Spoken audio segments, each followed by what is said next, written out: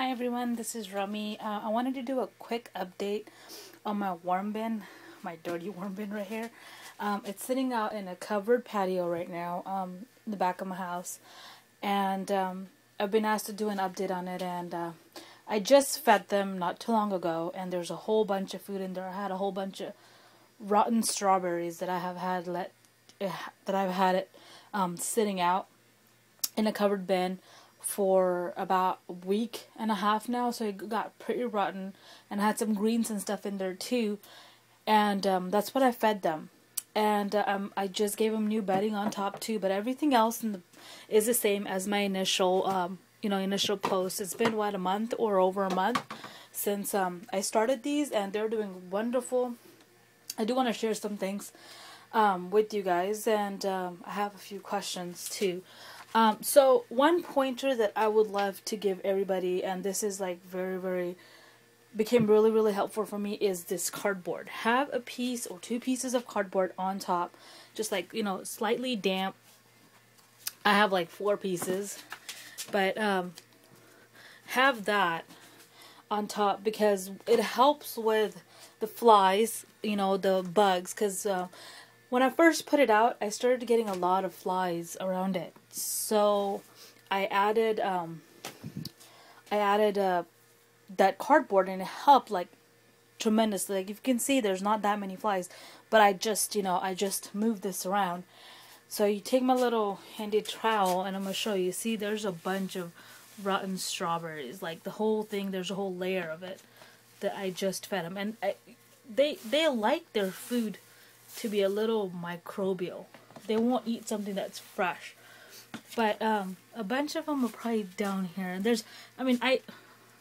I was gonna do the whole blend the food and stuff, but it just got a little too much work for me. So I just, all my kitchen scraps don't go in here because they don't process it that fast.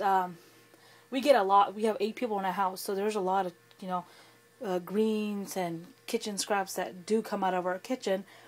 And so I don't put everything in here. I only hold a few things, and I let it kind of decompose before I put it in here, because I've noticed they like that. But I had just moved this, and there was a whole bunch of worms down here, but now you can't see any. And they did have babies, I noticed, but as you can see, there's a whole bunch of them, and there's no smell. That's one thing I do want to tell people. There's no smell in my worm bin at all. They do like new bedding every time you feed them. And sometimes, even when you don't feed them, if you notice that their bedding has gone down a little bit, which is the newspaper, then, give them new bedding. And what I do, I don't know if a lot of people do this, but every 2 days I'll spray them with a little bit of damp water, a little bit of water, so it keeps it damp. This is just a water bottle that I sterilized, and I use this. But I'll spray it like that, and since I just gave them new bedding and a bunch of it is still dry, see, there's a whole bunch of strawberries. I'm using more than I normally do, but like I said, this it's I try to make sure that they have moisture a little bit. Besides that, one thing I do want to point out is the worm juice, as it's called, all the seeping through that goes down in the bottom bin. It does tend to smell if you don't empty this out every 2 days or so, because it is water that's sitting there. And, so that's one pointer I would like to give people. Something I didn't know when I found out by experience. I didn't empty it out for almost like 6 days, and it started to smell. So I was like, what's going on? Why is my bin smelling? But then I quickly found out that it was the water at the bottom that drains through. You have to empty it out every 2 days. And it's really cool if you can put like a little, like a disposable tap thingy down here, so you can just kind of drain it out that way. I haven't done that, but maybe as time passes and these there's a bunch of worms. They've doubled. The worms have doubled in the amount. So I started off like, I don't know, a pound of worms. There's probably 2 pounds of worms in there. And they're at work. Let me show you guys one more time, because I know some people are thinking about trying this, and it, that I didn't have a lot of soil in there, and they do break it down pretty well. And it's like I don't realize it. It's like having your own pet. A whole pound of worms. Like you think about feeding them and all that. So it's pretty cool. I do want to show you one thing. This is the worm juice. No, it wasn't this much. It was like up till there, like barely covering the bottom. And I diluted with water, and I'm gonna go put this in my garden right now. But that's how it was, pretty dark, and if you can tell, it's still pretty dark. So you can imagine how dark it was when I got it out of there. But yeah, so it's really is worth it.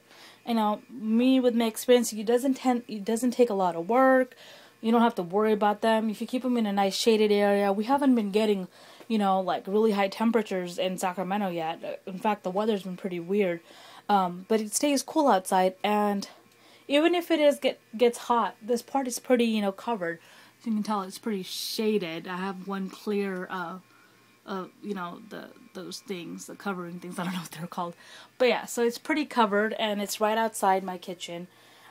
So it, they stay pretty warm. And again, use the cardboard, kind of just put it over it. And what I noticed today was a bunch of my worms were right next to the cardboard, and I was like, what's going on? Are they like, is it too dry? Don't they have enough food? And they still have food all the way at the bottom from last time, because I emptied their bin out all the way in another bin, and I put their food all the way at the bottom last time just to see if they would go all the way at the bottom, but they didn't.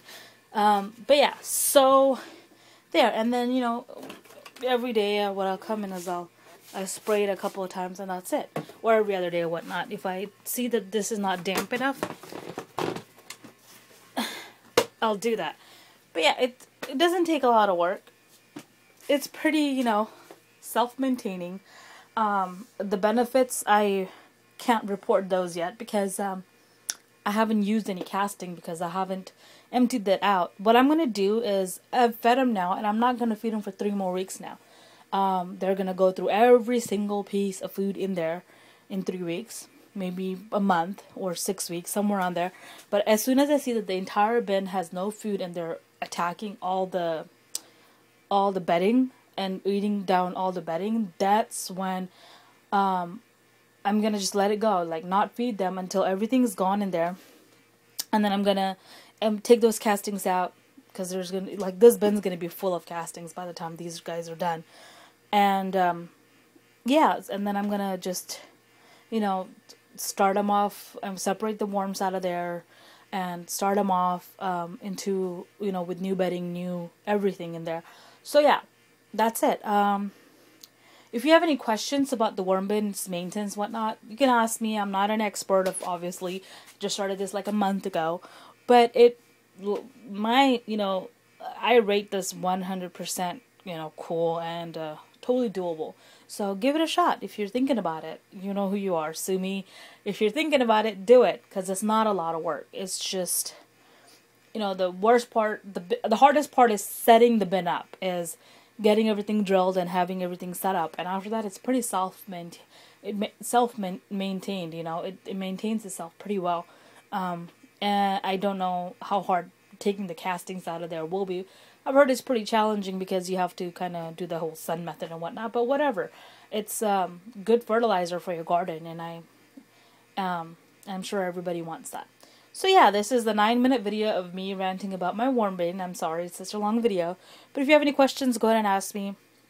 I'll try my best to answer them. I hope everybody's garden is doing well, and until I see you again, happy gardening. Bye now.